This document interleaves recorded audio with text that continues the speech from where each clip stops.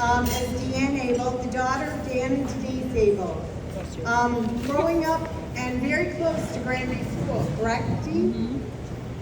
In her younger years, she did what children growing up in Fulton ended up doing, playing a musical instrument. For her, it was the saxophone. Playing knee-high basketball, a little baseball. She's not sure if it was Kiwanis or FJB, which none of you know, that was Fulton Junior Baseball. And Pop Warner football. But once she started bull lacrosse, she found her favorite game. I learned that she did not like to run. I remember her sweating at basketball games, so I could get it. Which makes it extremely clear why she chose to be a lacrosse goalie. I know those balls can certainly hurt if you get hit by a well-thrown ball. She has held the same position for the last 15 years and is transitioning to working for the high school principal of Glens Falls. But without further ado, here is Deanne Abel. You got it, girl.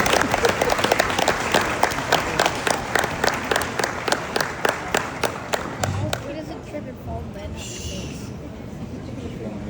Why? Tyler. I'm trying to get her a little bit. Good evening, everyone.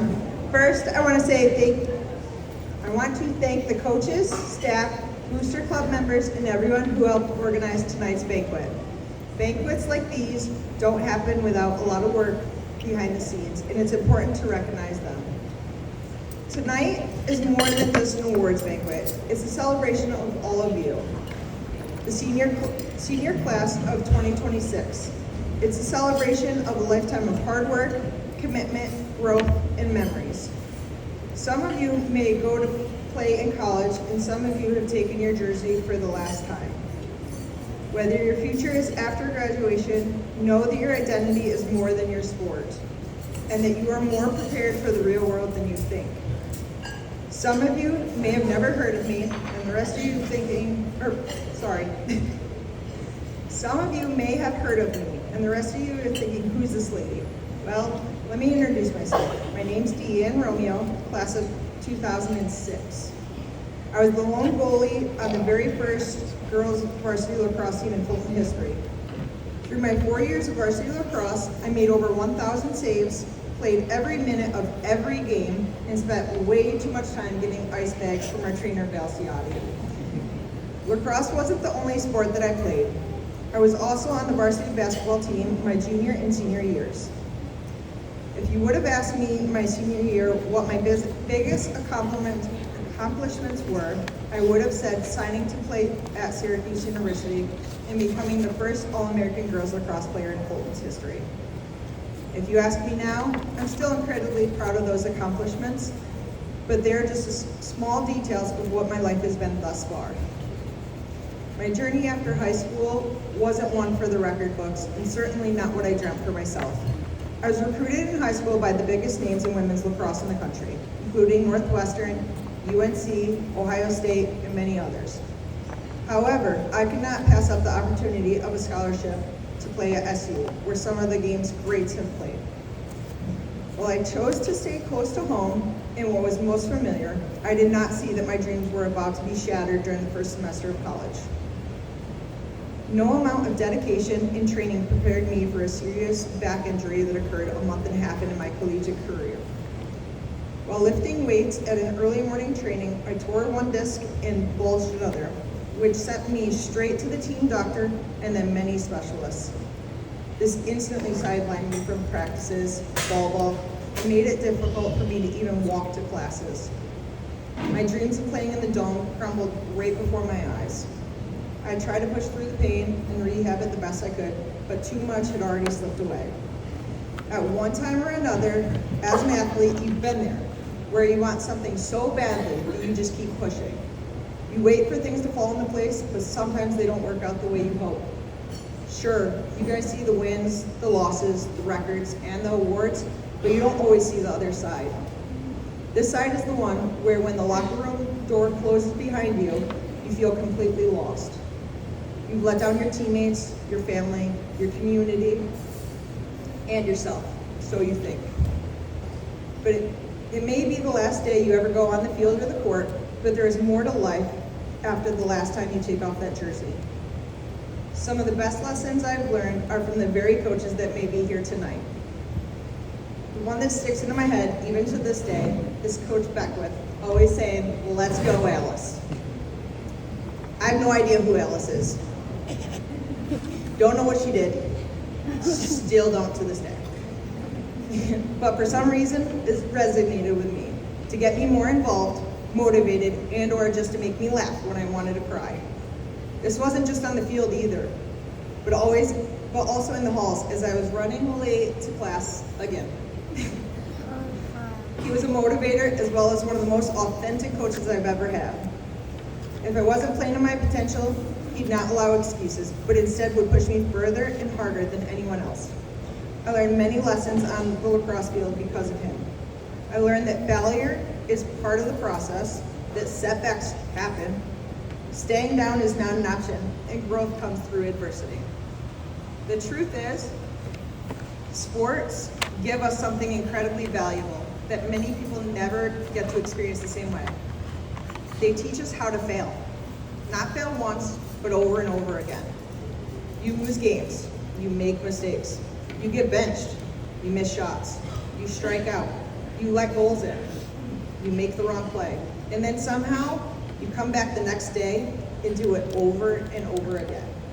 That ability to keep showing up when things don't go your way is going to matter far more in life than any championship banner ever will. Things will get tough, but this isn't the end, it's the beginning. For those of you that will continue to play your sport, know that your identity is bigger than your sport and that your character matters more than talent. The challenge that I have for you is that I want you to go home tonight and write the things you've learned from athletics. It could be simple as forming relationships, teamwork, camaraderie, or what motivates you. It could be something that a coach has said or a lesson that you've learned during a trying time. Remember these things. They will carry you through difficult times ahead. You are more prepared than you think. When my world crashed down, I had no other choice than to find another path. I hit rock bottom and left SU. I transferred to Portland where I rebuilt myself from ground up. I came in and beat out a grad student for the starting position and played for 3 different coaches before hanging up my stick. At that moment, my character was tested. I learned what it means to have my own identity and not just be D the goalie. Sure, when I left the locker room for the last time, I cried. But who wouldn't after being in the same position for more than a decade? But looking back now, that was when I was able to become the real me. I was able to push myself more academically, find a passion for helping others, which was all forged from the lessons I learned on the field. Remember the times that you pushed yourself to run faster, lift heavier, study harder, and be better. Those are the moments that build and define your character. Take your character with you along the way. Remember the lessons you've learned on the field and use them to make your own mark on the world. Don't forget all the people who have helped you shape your character by being there for you over the years. Behind every athlete here tonight are the people who kept showing up for them. Athletes, make sure you tell those people, whether a parent, a grandparent, a coach, a friend, or even a teacher, tell them thank you. Thank you for being there through the wins, the losses, the awards, the tears, and the cheers. The very best and the worst moments of your young lives. Those are the people who will continue to be there for the rest of your lives without hesitation, both on and off the field. So, taking my own advice, I want to say thank you to my coaches, Coach Beckwith, Coach Barnes, and my club coach, Coach Rowe. My teachers like Mr. Murray, Mr. Mainville, my family, Joe, Sophia, Enzo, and most importantly, my parents, Dan and Denise, for instilling in me that through failure comes success, and that success is not about luck. It's about persistence, determination, and hard work. Take the lessons from the field, the court, the locker room, and carry them into whatever comes next. Years from now, many of you won't remember every score, statistic, or record, but you will remember those people. You'll remember the teammates who became family, the coaches that pushed you harder than you wanted to be pushed, eating Oswego, team dinners, the bus rides, locker rooms, traditions, and the moments you thought they would last forever. Don't rush through them tonight. This chapter only closes once. Because the truth is, the world is much bigger than the gym, the field, or even the city, and it's waiting for you. Congratulations, class of 2026 athletes, you've done it. Now go show everyone who you are beyond that jersey.